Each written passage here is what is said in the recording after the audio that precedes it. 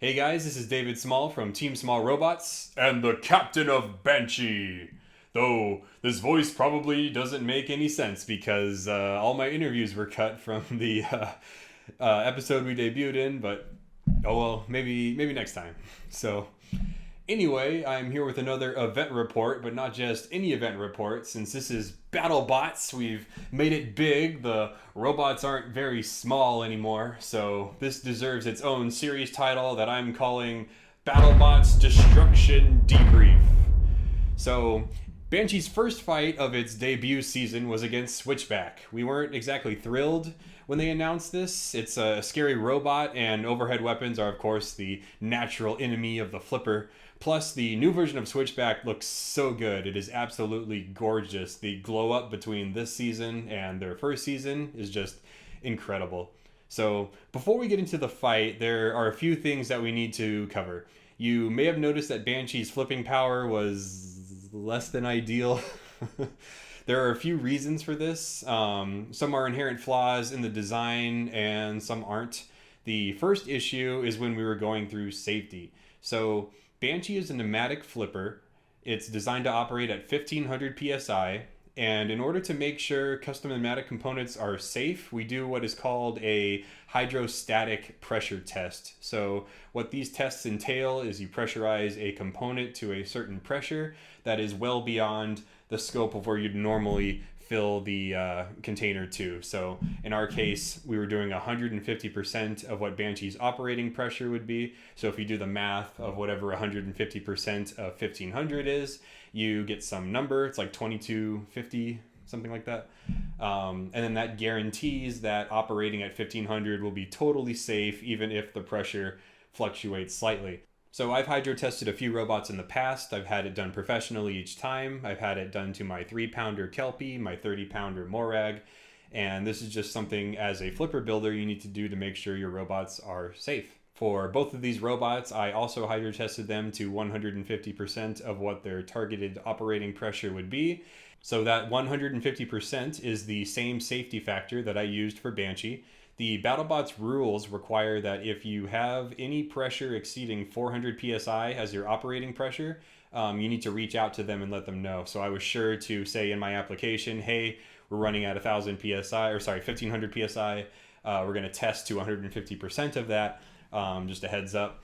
So when they accepted our application, we assumed that all of this had been read and accepted because they never complained about it, but this was not the case. When we went to do our safety check, we relayed these numbers to the safety officer, and they said, no, that's actually not okay. We would have preferred you did 200% instead of 150%. And we're like, okay, that would have been great to know, months ago when we first submitted our application. So because they wanted 200%, that means we had to limit our operating pressure down to just a little over 1000 psi. So right off the bat, before we even get into a fight, we're already at only 2/3 what our potential power should be, and that's a huge bummer. So it's okay. Now we know in the future, if Banshee gets accepted into future seasons, we know to test at 200% of our operating pressure. So we'll be sure to do that next time. The other issue with the arm was the small amount of flips that we were actually able to do. So once again, some of these issues are inherent flaws with my design and some are not. The short version of the story is that Banshee basically wasn't finished in time. We were actually moments away, like just a few minutes away from being disqualified and being replaced with Slammo in the tournament. So once we got the robot past safety and passed our functional test, we said, all right, we're ready to fight. Can we fill up our air tanks? And they said, nope, you're out of time. So we were forced to go into the switchback fight with just the leftover air we had from our testing, which is why we barely get like 2 or 3 flips off, and that's it. So that one's on me. Can't blame BattleBots for that. That's just because the robot wasn't ready. And of course, that's my responsibility. So there are 2 ways to play the BattleBots game. You can either start building your robot right away and then potentially waste, tens, 20s, 30s, $50,000 because your robot doesn't get accepted. The alternative is you wait until you're accepted to start the build, but you have less time to actually complete the robot. So I chose the latter of these 2 options. I chose to wait until we were confirmed as a competitor before spending any money or any substantial amount of money on the robot. So we ended up getting accepted with only a little over 2 months before the event to build the robot. So was this the best choice? It's kind of hard to say. Obviously, knowing that we were accepted, it feels like the wrong choice, but I've been to over 30 events in my life, and if there's one thing I learned from all those events, it is how to cram a robot and get it done as fast as possible. But of course, I couldn't have done it by myself. Once we got the uncompleted robot to Vegas, my team really went to work and did a great job of dividing up tasks and getting the thing done just in the nick of time so that we do actually have a robot ready to go and compete. We had other issues with the pneumatic system itself and the valve timings and a whole plethora of pneumatic fun times, but honestly, I could talk about the struggles we had getting this robot ready all day, and it could be its own video, so I'm going to save some of that for future content, but for now, let's actually jump into the fight itself, Banshee versus Switchback. So let's start with the most obvious piece of damage that happened during the fight.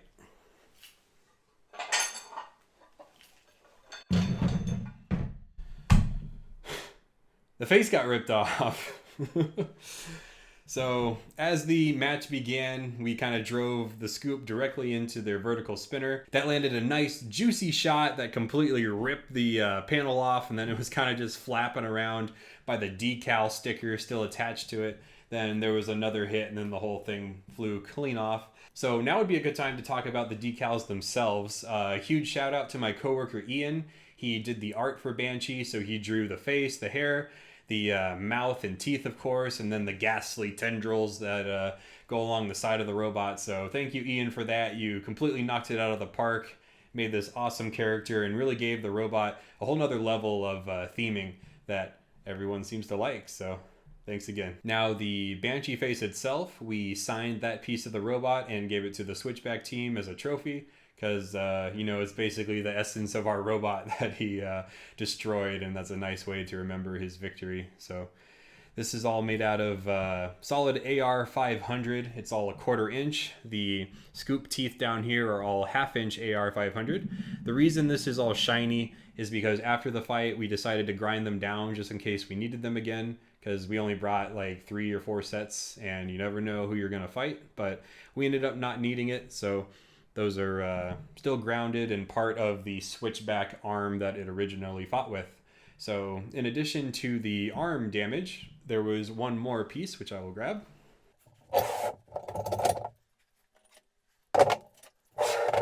So this is one of Banshee's Wedgelet sets. You can see that each Wedgelet is 4 of these 1/2 inch AR 500 Wedgelets, like little baby Wedgelets, and we bolt them together into one big Wedgelet. They're also held together, or were held together, with little pins.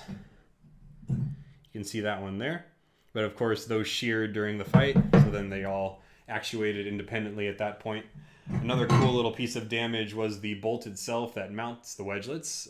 It's kind of hard to see, but it just looks like, if this were a loaf of bread, someone took the top half and just scooted all the slices over, and the whole entire bolt is about to just snap in half sideways, which is pretty crazy, the forces that we're dealing with in heavyweights. Then, of course, there's the bracket that the Wedgelets are mounted to.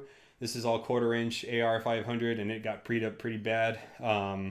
The Wedgelets were sent backwards in a big hit that caused this panel to shove backwards and break itself from the slots that it was welded to.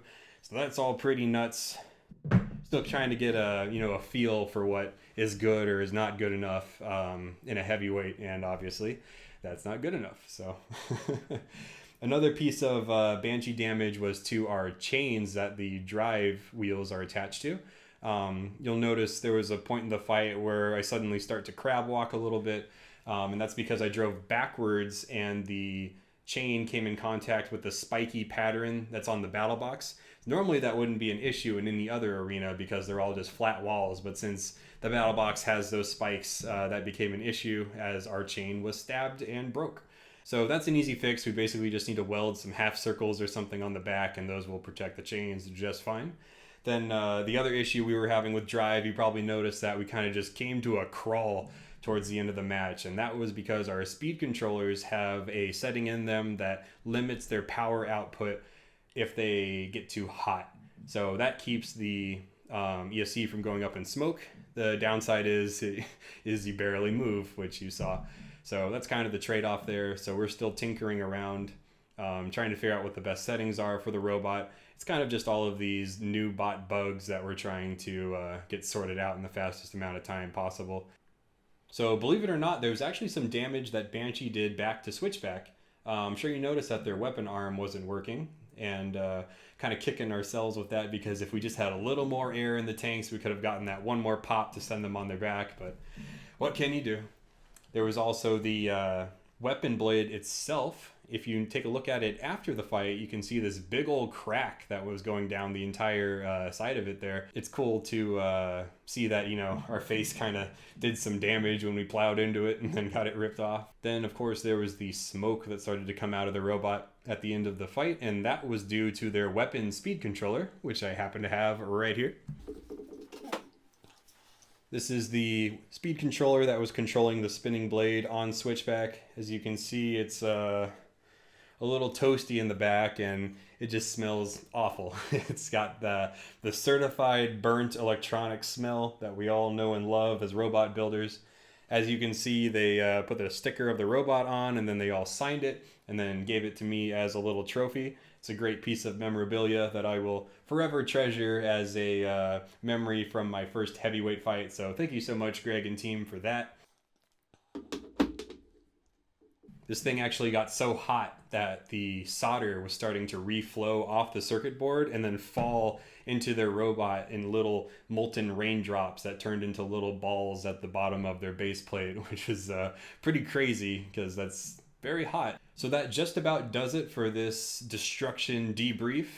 I'm pretty happy with how the robot did. Of course, it would have been better if we won, but if you consider that we built not only a heavyweight, but a pneumatic heavyweight in only 2 months, and it fought, it drove, it got some flips in like it was supposed to, and it went the full 3 minutes, it didn't even get knocked out. And honestly, that's not bad. So, can't really ask for a better debut match.